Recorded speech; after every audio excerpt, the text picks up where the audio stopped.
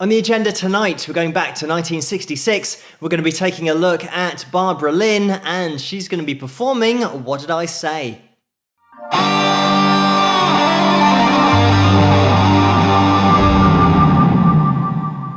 Hello, Phil here from Wings of Pegasus, and welcome to another analysis video. If you enjoyed this video, please give it a thumbs up and subscribe.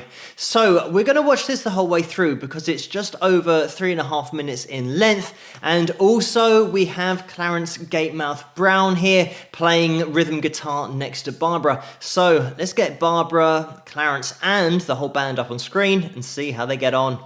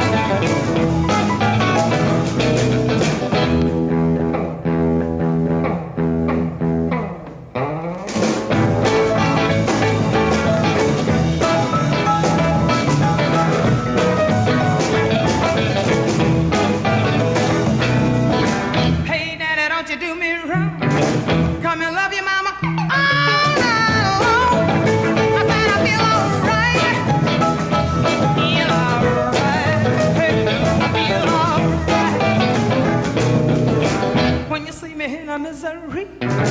Come on, baby, sing on me.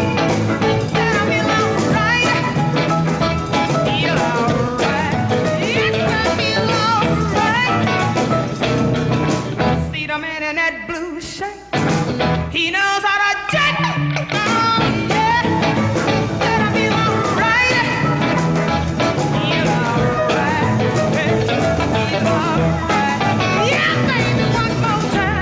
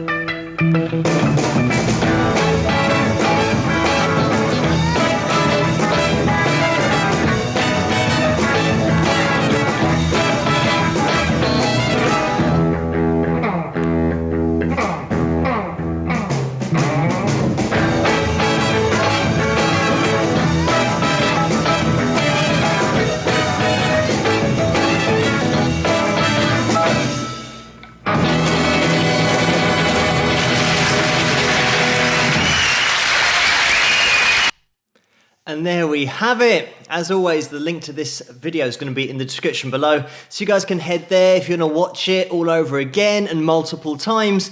There is so much in this performance from Barbara, not only from a singing perspective, but her technical ability at playing the guitar.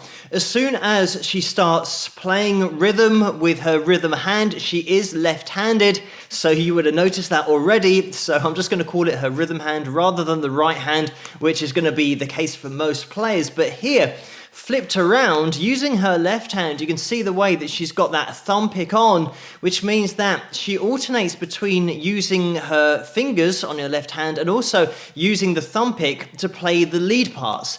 And you can also tell from the way that she is so comfortable with playing the guitar in the left hand that she has played this a hell of a lot. She's practiced a hell of a lot as well. Looking at the way that Barbara frets the chords with her right hand, she's got that thumb over the top of the guitar neck, and that'll be supplying her root note of the chords on the A7th and the B7th.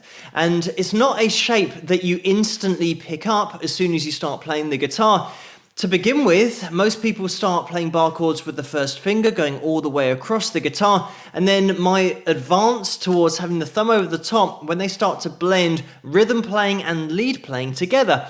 So here, with Barbara, you can see she's got the A7th, the B7th, also the E7th in that 7th fret position with the third finger and the little finger. I'll demonstrate this in a minute, and also the first finger down on the 5th fret, second finger on the 6th fret. Barbara's guitar isn't really high in the mix, so for the most part, the rhythm that we are hearing is from Clarence Gatemouth Brown, but when that rhythm stops and then Barbara plays her lead lines, you start to hear that a little bit more clearly. And when she's playing that rhythm, you can see the way that she's just applying pressure to the strings when she wants that chord just to pop out, and she plays that in combination with the rhythm hand and getting these chords just to pop out in that groove and that feel. And when she starts singing, this is the other thing, looking at a video in the mid-60s, you just know it's going to be top quality across the board. So when the vocals do come in from Barbara, she's bang on pitch and it's got such control of her voice. But what I love is the jump that she has in that very first verse. And I have queued the video back so we can have another listen to it, because it is so dramatic the way that she jumps up in pitch with her voice. But let's have a listen. Hey, Daddy, don't you do me wrong. Come and love your mama all night long. And there we have it, bang on pitch with all of these notes.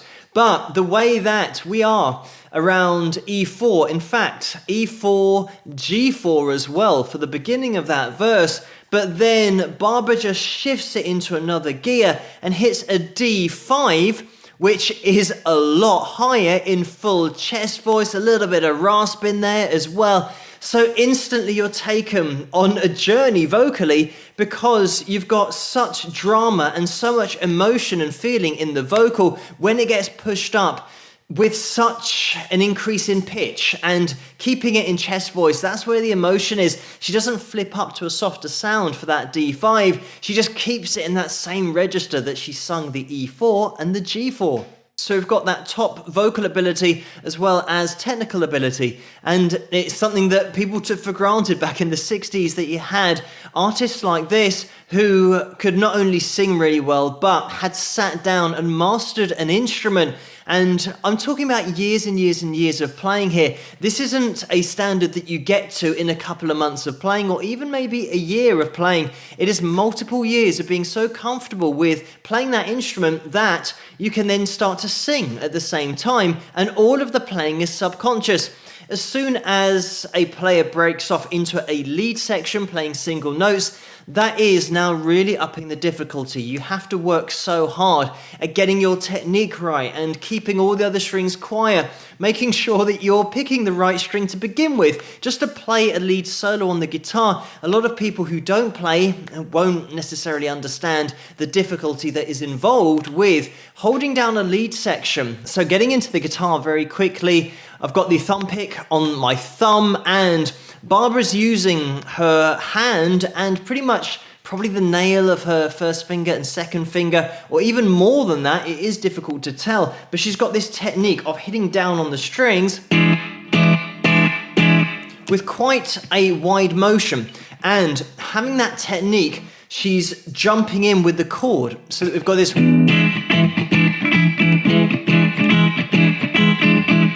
like that. So you can hear the way that the chord pops out, but then it dies instantly. So we get that natural mute from just taking the pressure off the strings. So rhythm-wise, we've just got this bounce, and it's important just to let that right hand go a little bit and not worry too much about it sounding a little bit messy, but getting this like that. So you can hear those upstrokes. I'll slow that down, going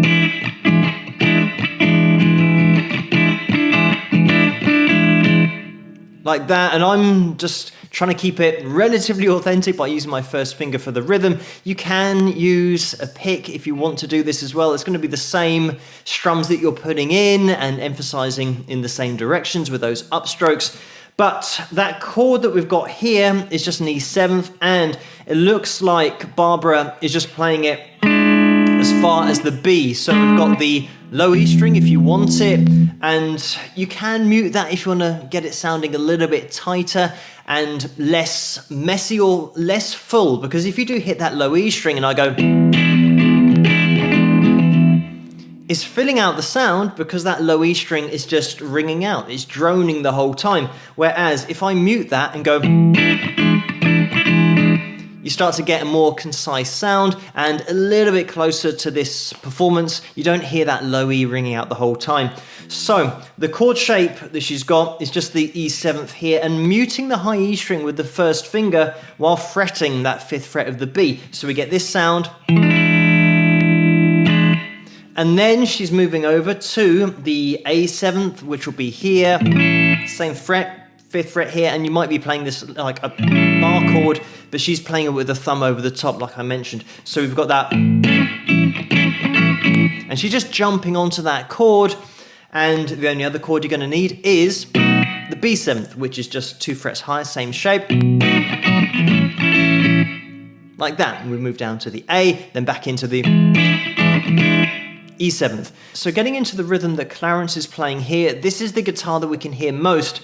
It's going to be exactly the same chords, but just down at the bottom of the guitar. And the way that Clarence plays it is without a thumb pick. He's just using his thumb to strike the bottom of the chord, and sometimes he goes all the way across with his thumb, and sometimes he picks out the rest of the chord with his first finger, second finger, and third finger. So he gets this kind of sound like that, so it can bounce between that root note and the rest of the chord. But that feel, here I'm just playing the E7th chord and my little finger is on the 3rd fret of the B string to get that B there. And that's not an actual B note, it's going to be a D, but that's the B string that I'm on. So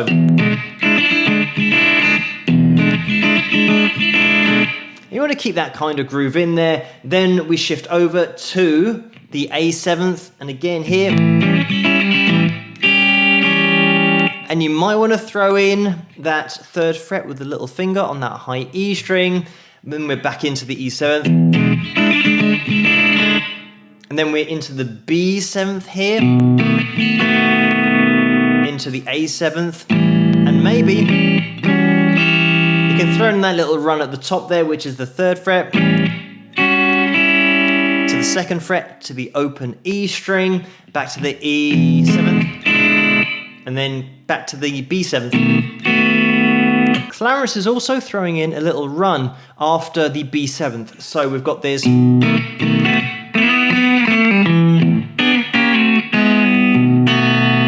then it'll turn around again, play that B7th, and then you're back into your E7th. I'm just going to explain that a little bit more slowly because maybe it's too fast. So once you've played your B7th, slide from the 2nd fret to the 4th fret on the G string with your first finger, but hit the B string and the high E string as well. Like that. And then go back down to the 2nd fret, pull off to the open G string, and then play that 2nd fret of the D. And then where did we go? We went, so now classic blues rundown here. We've got 4th fret, 2nd finger, 3rd fret, 1st finger, 4th fret, 3rd finger, and that's on the G, the B, and the high E string. So you want that shape, and just then shift it down again, and then place your first finger where it would be on your E7th chord or just a standard E major chord, and you're plucking all of the strings at the same time with the 1st, 2nd, and 3rd finger on that right hand. So we get this like that, and I think that was it, yeah, because then the last part you you just play your B7th. Just a quick word on Barbara's lead parts in this performance. We're not going to go through all of them, but there's some really cool lines thrown together, and one that we've got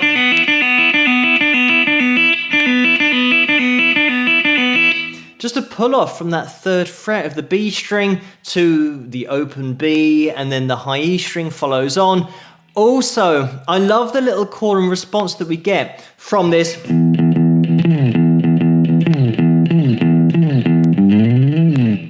And then into the rhythm. Because it's like we've got the guitar having a conversation with itself. We've got the first line, which is a question. We've got another question. We've now got a slightly more pertinent or impatient question going. And now the answer. Like that.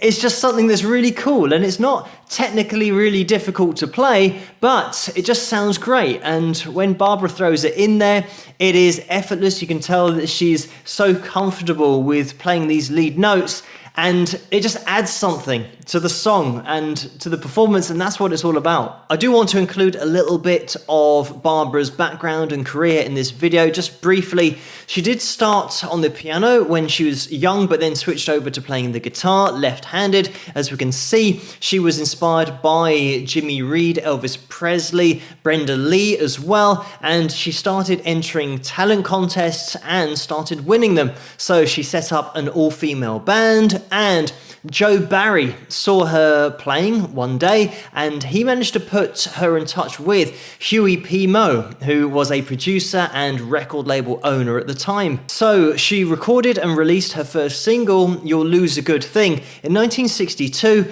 and that was an instant smash hit. It got to #1 in the R&B charts, and it would go on to be covered by Aretha Franklin. Also, Freddie Fender had a huge hit with that in the country charts, and she would release an album of the same name, You'll Lose a Good Thing. At the time, she was one of those rare artists who wrote her own songs, could play an instrument and sing at the same time, but could play an instrument to the level of making it a lead instrument. She toured with Gladys Knight, Dionne Warwick, Stevie Wonder, Smokey Robinson, James Brown, Sam Cooke. The names just go on, and one of her songs, Oh Baby, We've Got a Good Thing Going, that was covered by the Rolling Stones on their album, The Rolling Stones Now. In 1966, she signed with Tribe Records, and one of her songs, You Left the Water Running, was covered by many different artists, including Otis Redding. She then signed in 1968 to Atlantic Records and